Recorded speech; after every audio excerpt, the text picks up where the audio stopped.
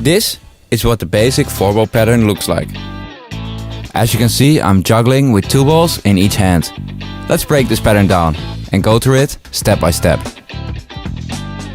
In this pattern, each ball flies slightly to the outside. That way, you create space for the other balls.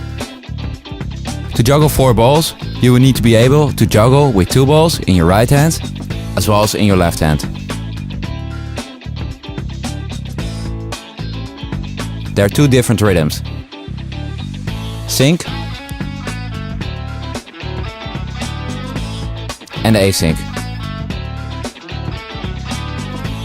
We are going to build this trick up. First, go for 4 throws and catches. Thereafter go for 6, 8 and 10. Just keep building, and thereafter try to keep the pattern in the air.